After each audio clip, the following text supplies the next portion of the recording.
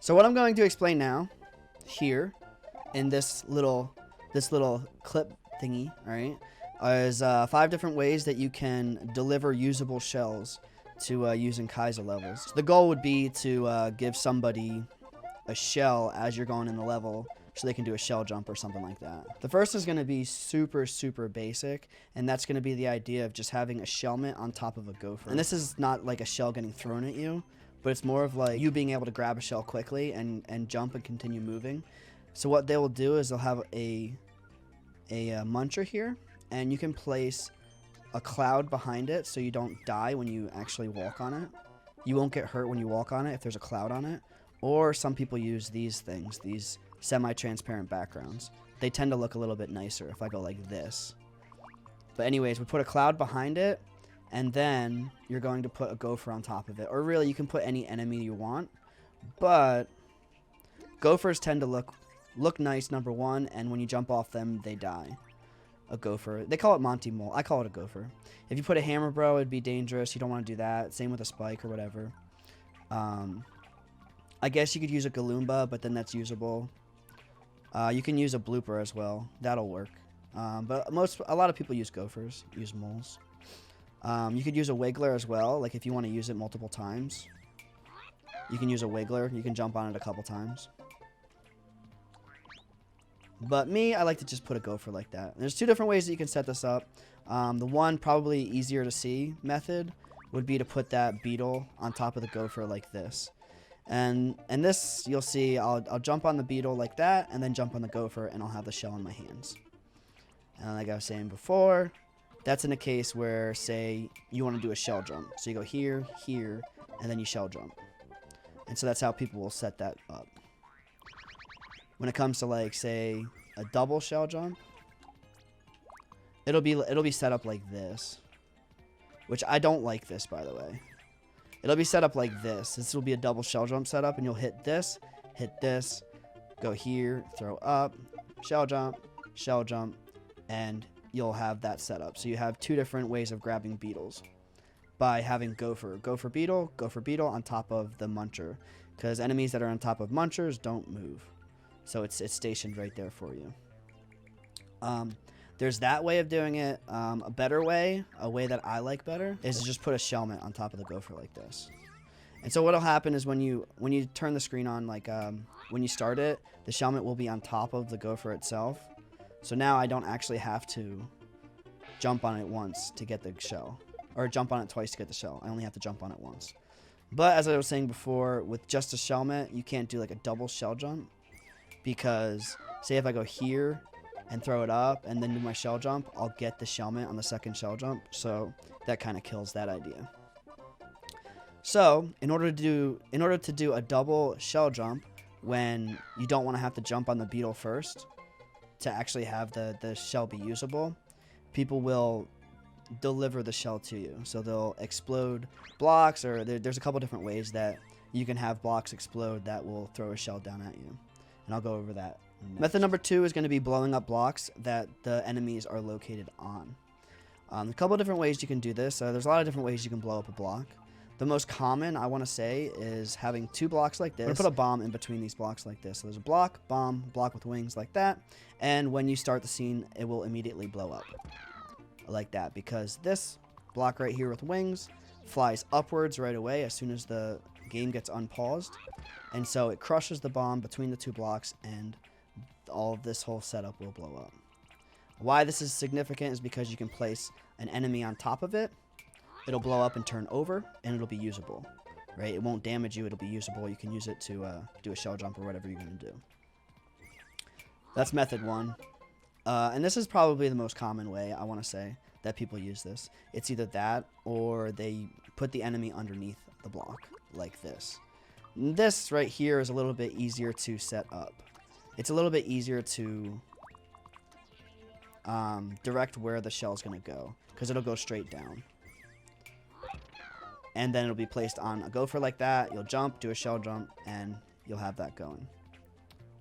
If it's on top, then it gets blown towards you like that, and so it's not easy to place it.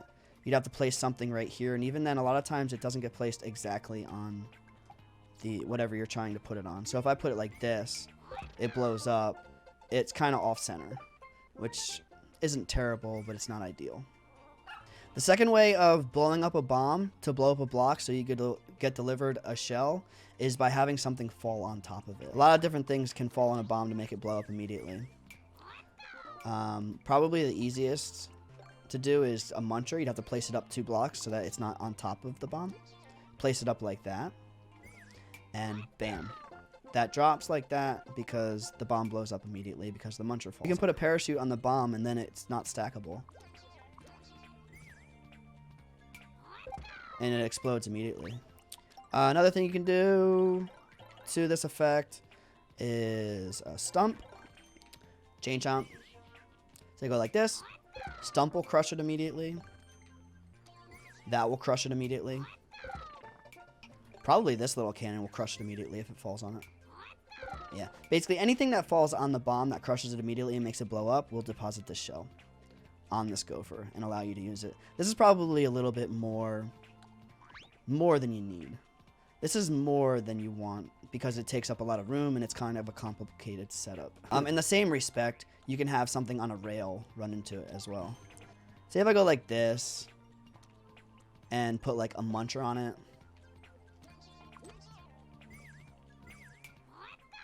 it'll run into the bomb and then blow it up. You can do something like this.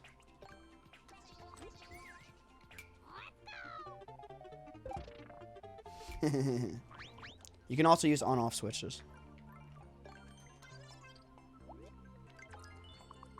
So with this empty box behind it, the bomb's still going to be there hanging out. If I use an on-off switch like this, when I hit that, the bomb blows up and the beetle gets deposited once again. Another way you can have it, this is probably like probably one of the simplest ways, is just have this on a timer like that. If it's already ignited and it blows up, same thing will happen. This will take a little bit longer though. It takes a little bit of time for that to happen. And usually when you want shells deposited to you, you want it to happen immediately. So putting a timer on it like that, or let's say if you light it, you can light it by any different means, I guess. You light it like that. You can put different kinds of timers on it with just fire things on rails or whatever to get it to ignite and have the beetle fall, but usually you want the beetle to fall right away. As far as the block is concerned, like blowing up a block is concerned, to deposit a shell, you don't have to just use a bomb. You can use other things, anything that'll blow up the block pretty much. So, what will blow up a block?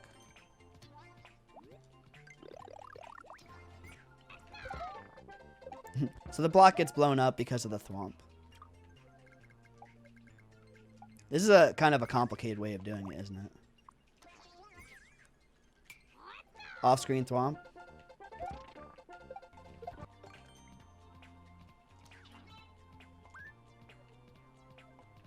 This is rather beefy. Will this work?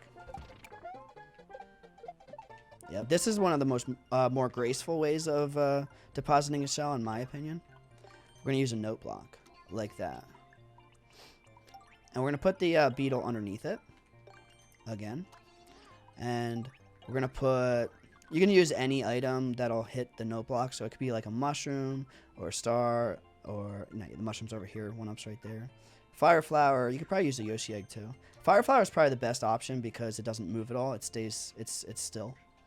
The only thing is you want to try to put... You want to put like a cloud or something behind it so that it's not being annoying. Because if you don't have a cloud behind it, and say this is set up like this, and you want this shell to fall on the gopher like this, it'll make that boing boing boing sound, and nobody likes that. At least I don't like that. It's not very graceful. So what you would do is put a cloud behind it, put that there, and allow this to move up one space. So make it look even nicer. You could put a second cloud there, or whatever you want to do. But in that way, you won't hear the boing, boing, boing constantly. And this note block will drop that beetle directly on this gopher.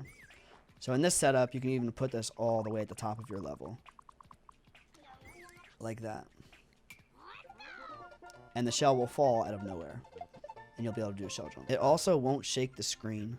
When you have bombs blowing up in your level to deposit shells the entire time, the screen's getting shaken the entire time, and it can get annoying. But if you just have that note block set up, then you don't have to deal with that shaking, the screen shaking, or the noise. This is my favorite way of doing it. Another way we do this is by using a POW block. There's a Beetle or a Spiny on the ceiling, and you use a POW block, it'll drop it in a usable state. So say if I hit this POW, throw this POW like that, Beetle falls, and you'll be able to use it. In order to set this one up a little bit more properly, you have to throw 2 Munchers down so that only the bottom Muncher gets killed, and the Beetle will fall on top of the Gopher still. Either way, it doesn't really matter. The POW will make that Beetle inactive. It'll fall, and it'll be usable. So if I throw the POW like that, it'll fall, and I'll be able to use it for like a shell jump or something. Last method, you'll see this in different levels or whatever, is this idea. We use ourselves. We use our own, let's say we use ourselves to hit a block to actually make the shell pop off in the way that we want to. In order to do this, you have to put 2 on the block though, because if you only have 1, it's gonna fly off in a random direction. It'll go right sometimes it'll go left. So in order to make that more predictable, you put 2 there, like that. And so there's 2 shells, or two turtles there, and so when you hit that, they both pop off. To make it a little bit better, there's always going to be one that winds up over on the left side, so you can put a different enemy, one that will die right away. So let's say a dry bone, like that. Let's switch positions so that we get the dry bone to be on the right, or the dry bone to be on the left, and the turtle to be on the right. So this right here, the turtle will always go to the right. How will the setup be? Setup would be probably something like this, where there's a Muncher and then a Gopher, like that. And you'll probably do something where you hit this Q mark block, hit the Gopher, and then jump up and grab it. I have an idea.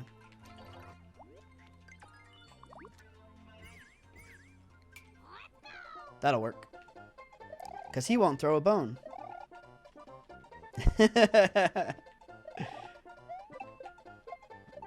So it'll be like that.